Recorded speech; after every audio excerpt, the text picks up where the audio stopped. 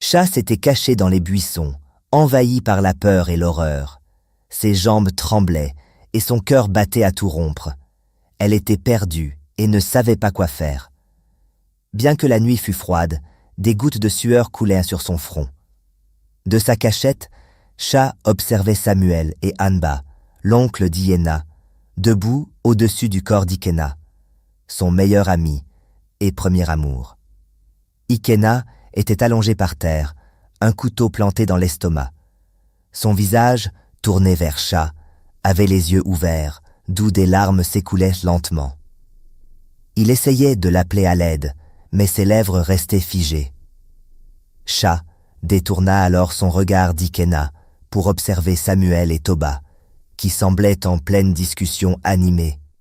« Si nous le jetons dans la rivière, son corps refera surface dans quelques jours, et tout le monde saura qu'il a été tué. Oui, mais si nous l'attachons à une grosse pierre, son corps restera au fond de la rivière, et personne ne le retrouvera jamais. Personne ne doit savoir.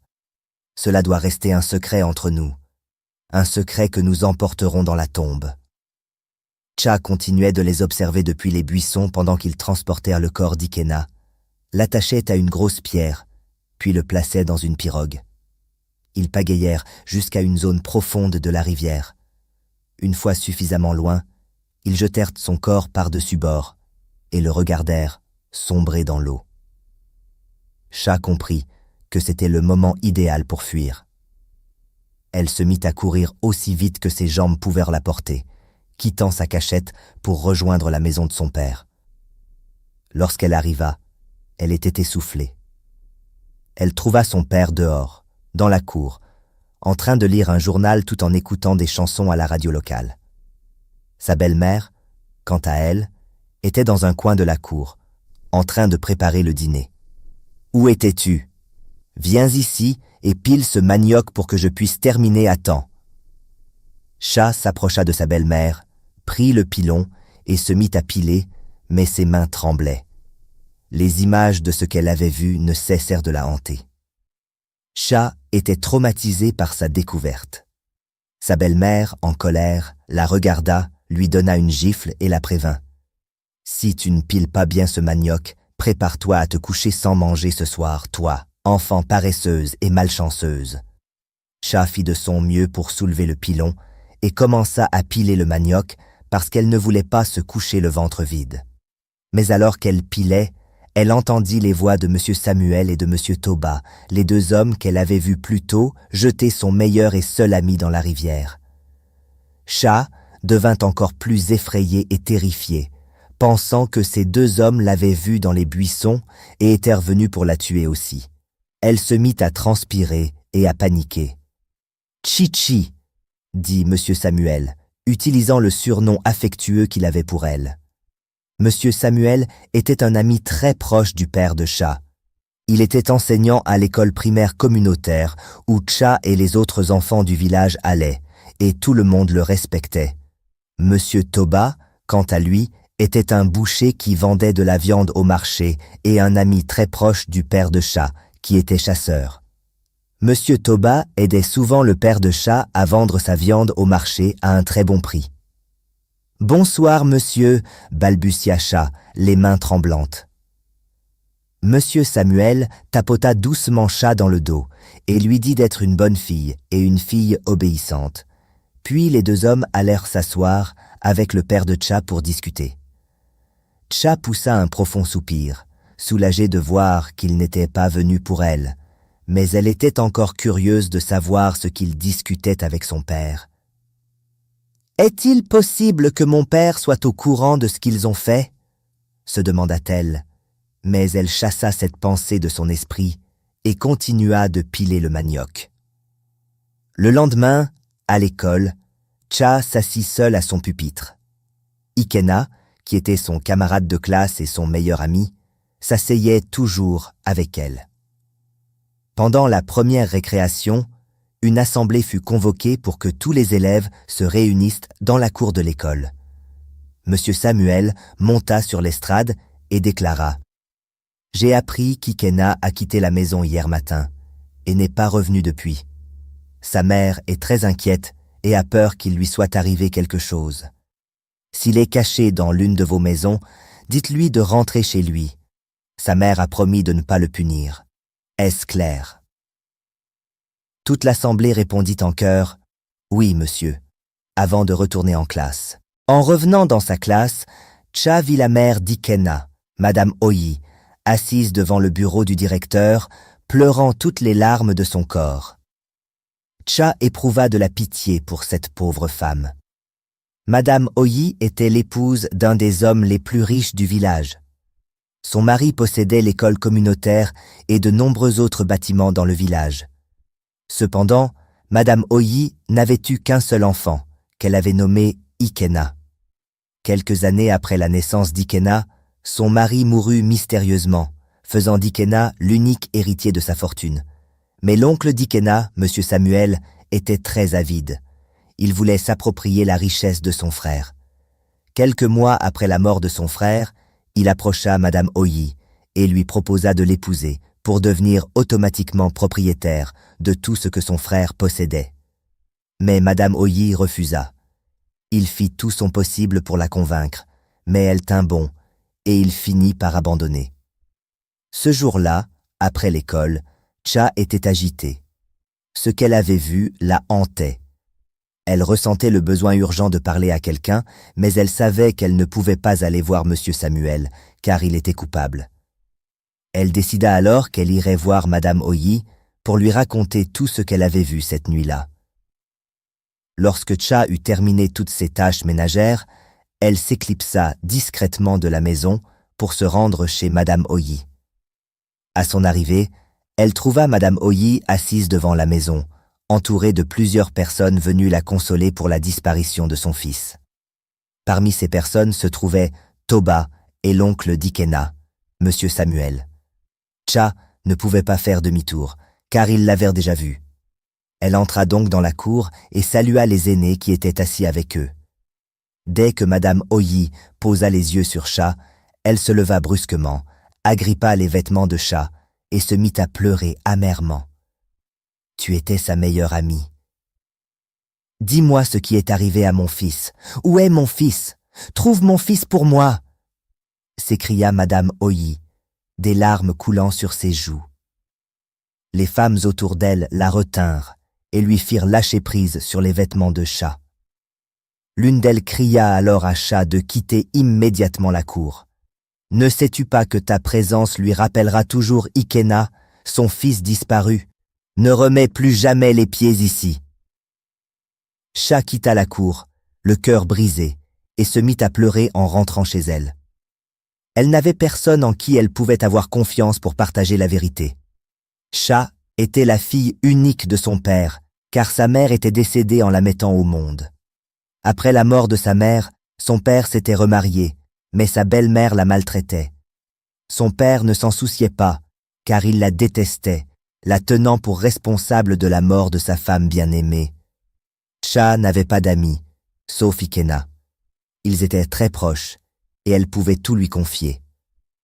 Sa mort la bouleversait profondément. Cha se sentait coupable de ne rien dire, même si elle connaissait l'assassin de son meilleur ami. Elle envisageait d'aller à la police, mais elle craignait qu'il ne la croie pas.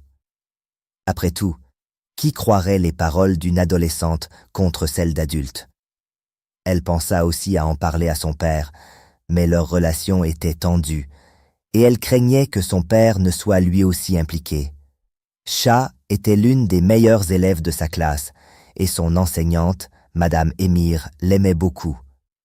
Madame Émir encourageait toujours Cha à prendre ses études au sérieux, peu importe les difficultés qu'elle traversait dans la vie.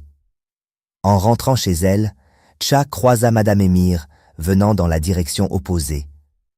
Elle essuya rapidement ses larmes et la salua. Madame Émir lui adressa un sourire et lui demanda comment elle allait. « Je vais bien », mentit Cha, mais au fond d'elle, elle avait désespérément besoin de quelqu'un en qui elle pouvait avoir confiance pour partager la vérité. Lorsque Madame Émir passa, Cha se demanda si elle devait lui parler de ce qu'elle avait vu cette nuit-là, mais elle n'était pas sûre de pouvoir lui faire confiance. Le lendemain, à l'école, il y avait un test général pour la classe. Cha n'avait pas pu réviser, car son cœur était troublé. Après le test, ses résultats furent catastrophiques. Elle n'avait obtenu qu'1 point sur 20, ce qui surprit Madame Émir. Cha était habituellement en tête de la classe, suivi d'Ikena, alors un tel échec était inattendu. Ce jour-là, après les cours, Madame Émir demanda à Cha de rester après le départ des autres élèves. Elle s'assit seule avec Cha, adoptant une attitude maternelle. « Cha, qu'est-ce qui ne va pas? Tu as très mal réussi ton test. Quel est le problème ?» Cha voulait mentir au départ. Cha regarda le visage de Madame Émir et y vit une véritable inquiétude. « Tu peux me faire confiance, Cha. J'espère que tu le sais, » lui assura Madame Émir. Après avoir réfléchi un moment, Cha demanda à s'excuser, puis alla fermer la porte de la classe. Ensuite, elle s'approcha de Madame Émir et lui dit « Je sais ce qui est arrivé à mon meilleur ami, Ikena. Je connais les personnes qui l'ont tué. J'ai assisté à sa mort de mes propres yeux. » Madame Émir fut d'abord choquée. Elle pensa que Cha plaisantait ou faisait une blague, mais elle crut instantanément Cha lorsqu'elle la vit éclater en sanglots. Madame Émir la tapota dans le dos et lui demanda « Comment? Où? Quand ?» Cha regarda à gauche et à droite pour s'assurer que personne ne les écoutait, puis elle raconta tout ce qu'elle avait vu cette nuit-là. Le soir où Ikena fut tué, ils s'étaient donné rendez-vous au bord de la rivière au coucher du soleil, comme ils avaient l'habitude de le faire pour se retrouver loin des villageois. Mais lorsqu'elle arriva ce soir-là, elle vit Monsieur Samuel et son ami Toba debout au bord de la rivière. Elle se cacha rapidement dans les buissons pour qu'ils ne la voient pas. Les enfants avaient été avertis à plusieurs reprises de ne pas s'approcher de la rivière tard dans la soirée. Et Cha avait peur qu'ils ne la punissent si elle était surprise. De sa cachette, elle vit Monsieur Samuel et Toba parler à Ikena. Elle s'inquiéta, pensant qu'Ikena avait des ennuis et qu'il serait puni. Mais elle eut le choc de sa vie lorsqu'elle vit Toba tendre un couteau à Monsieur Samuel, qui poignarda Ikena de sang-froid. Ensuite, ils attachèrent son corps à une grosse pierre et le jetèrent au milieu de la rivière. À la fin de son récit, Cha était en larmes. Madame Émir la prit dans ses bras pour la consoler. « Tu es en sécurité, je te le promets. Personne ne te fera de mal, » lui assura Madame Émir. Elle avertit cependant Cha de ne raconter à personne ce qu'elle avait vu, pour sa propre sécurité. Par la suite, elle accompagna Cha chez elle et lui rappela encore une fois de garder le silence. Lorsque Madame Émir rentra chez elle, elle était troublée et confuse. Elle ne savait pas quoi faire ni vers qui se tourner, mais elle devait s'assurer que ce que Cha avait dit était vrai, car les conséquences d'une fausse accusation étaient graves, et elle ne voulait pas être impliquée à tort. Le lendemain, pendant les heures de classe, Toba vint rendre visite à Monsieur Samuel à l'école. Madame Émir le vit entrer dans le bureau de Monsieur Samuel et décida de prendre un risque dangereux. Elle se faufila jusqu'à la fenêtre du bureau et commença à écouter leur conversation. Ce qui est fait, et personne ne retrouvera jamais son corps. Tout ce qu'il nous reste maintenant, c'est la richesse de mon frère, mais sa femme est toujours en vie.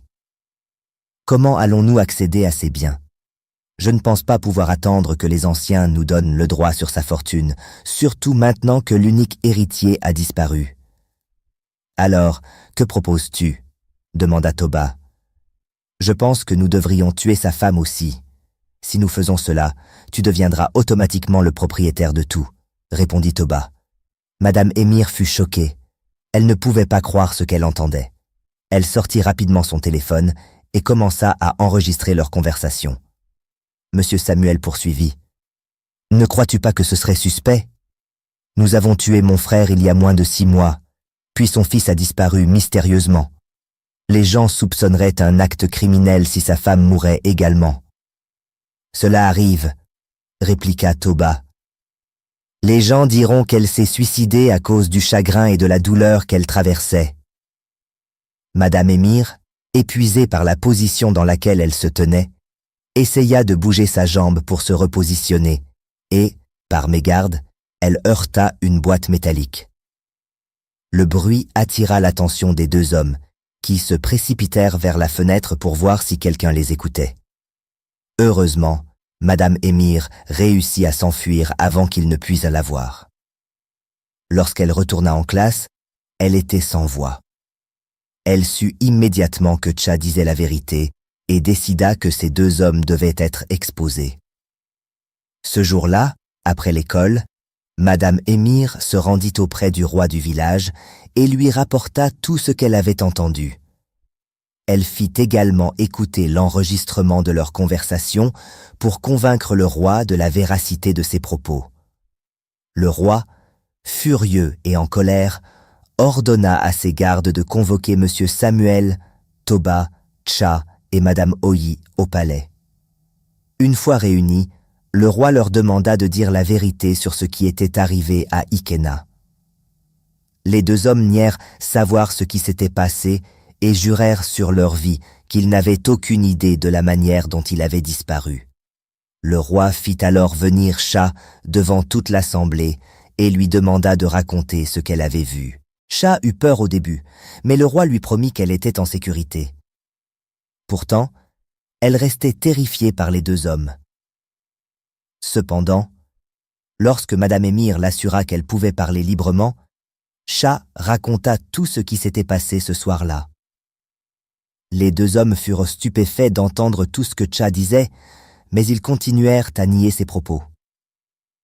Pour vérifier ses dires, le roi envoya des pêcheurs à la rivière avec Cha et lui demanda de leur montrer l'endroit exact où ils avaient jeté le corps d'Ikena.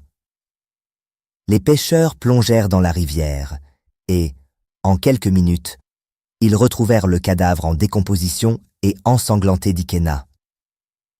Madame Oyi ne put retenir ses larmes et se mit à pleurer abondamment en essayant de porter le corps en décomposition de son fils. Mais les gardes la retinrent et les femmes présentes tentèrent de la consoler. Monsieur Samuel et Toba furent arrêtés pour leur crime et ils avouèrent avoir tué le père d'Ikena ainsi que son fils dans le but d'hériter de sa fortune. Ils furent condamnés à la prison à vie.